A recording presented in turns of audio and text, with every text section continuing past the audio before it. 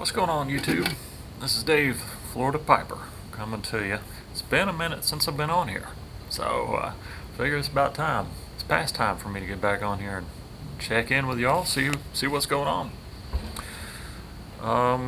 Let's see. Last time I was on here, I think I was in North Carolina at my place on there. I'm up there on vacation.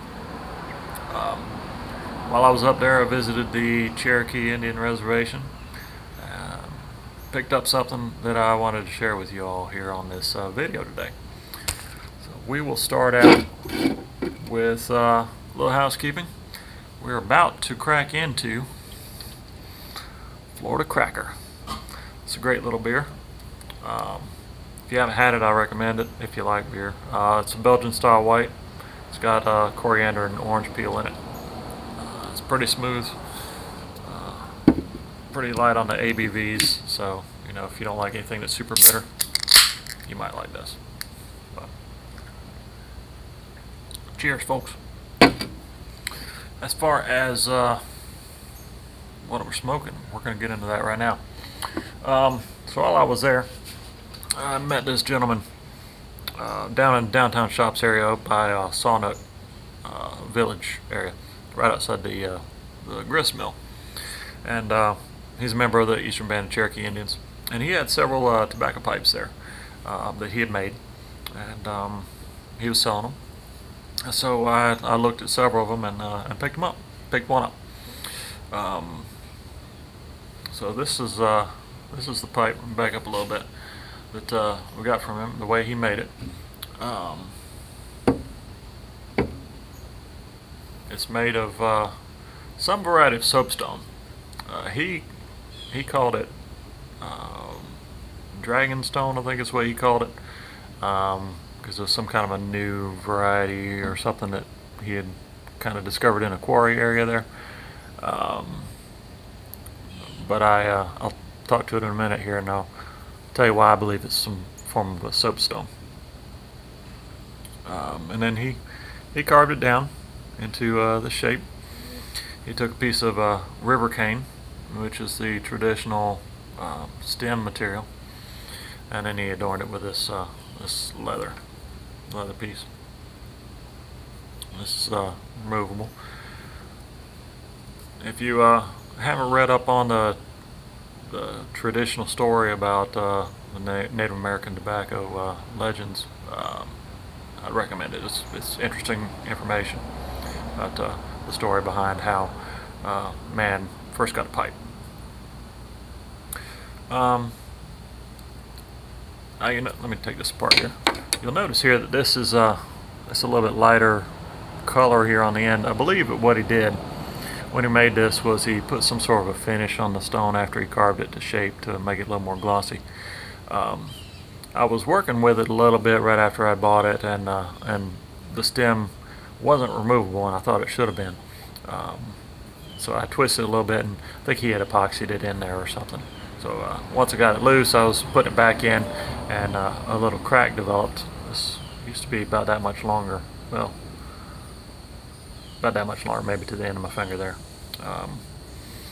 So it was a little bit longer shank here on it, but it cracked a little bit. So I took a hacksaw and just cut it off straight. It cut real easy, real soft, and produced this talc-like powder. So that's what makes me think this is a variety of soapstone. And then I was able to just take a pocket knife and just smooth that edge that I'd made with the hacksaw, and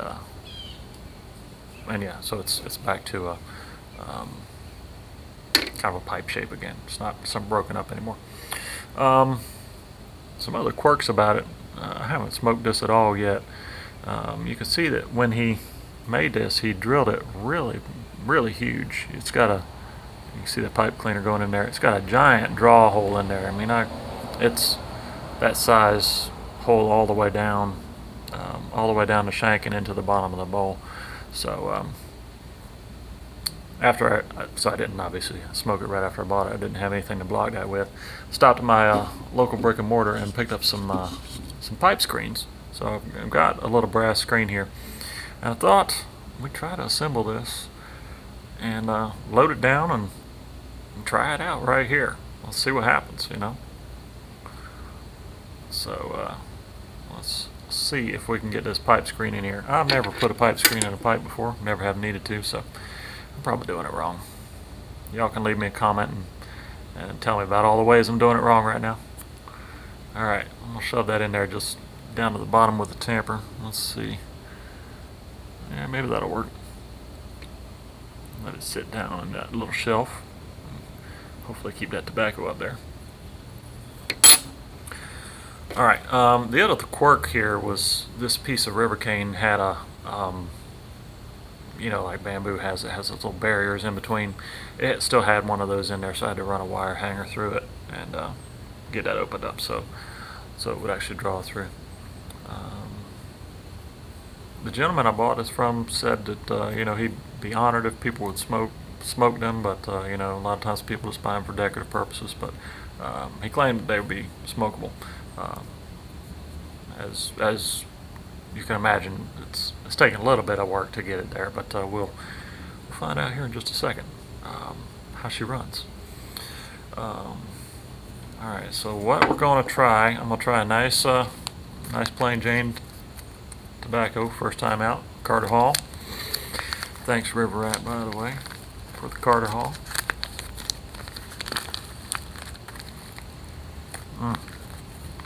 Good stuff. I haven't had Carter Hall in a little while, so it's been a minute since I've had that.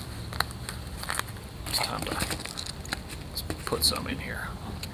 I made this little cedar bowl here when I was carving spoons one day, so I'm going to use this to kind of catch tobacco that falls out here. Let's see if we can do this. It's got a really small chamber, as you guys can see.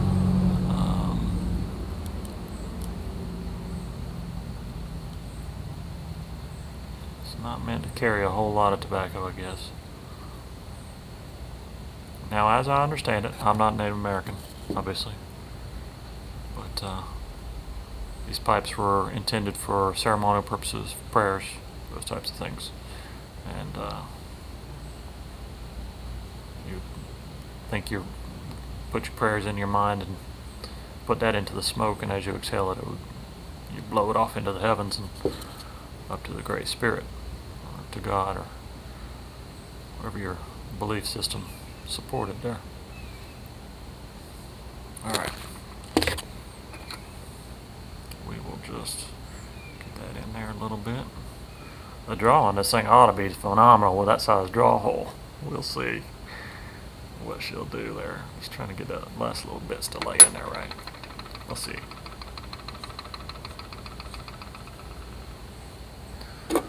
Alright. Let's see how she does.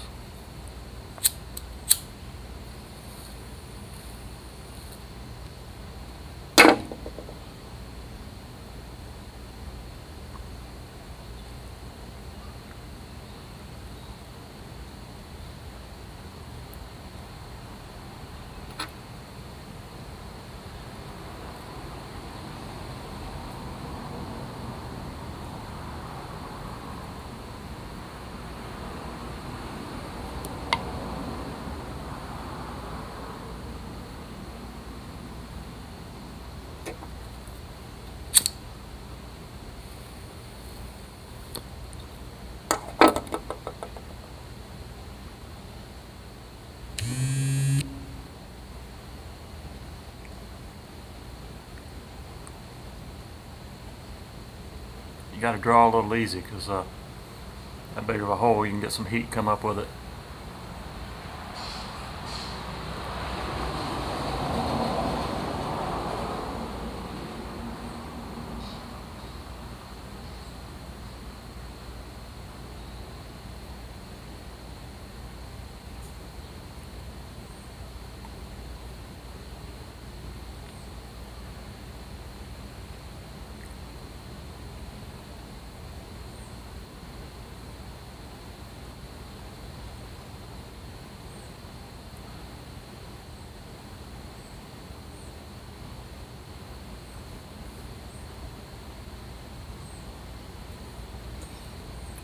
Well, appears to work. I would not call it a good clincher.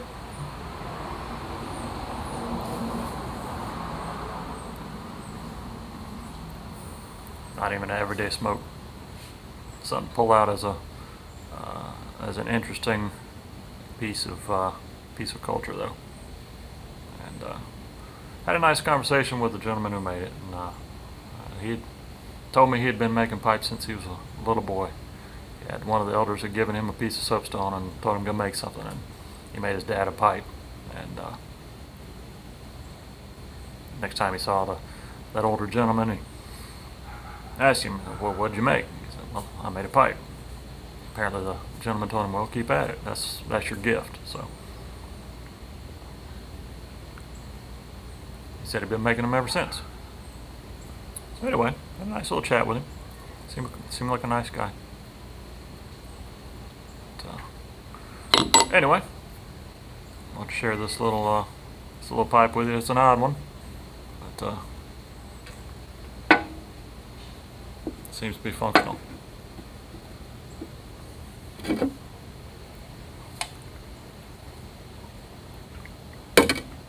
Alright folks, hope everybody's doing well. I'm going to finish up this pipe here, and then we'll get back to it. Have yourselves a good day. Talk at you soon.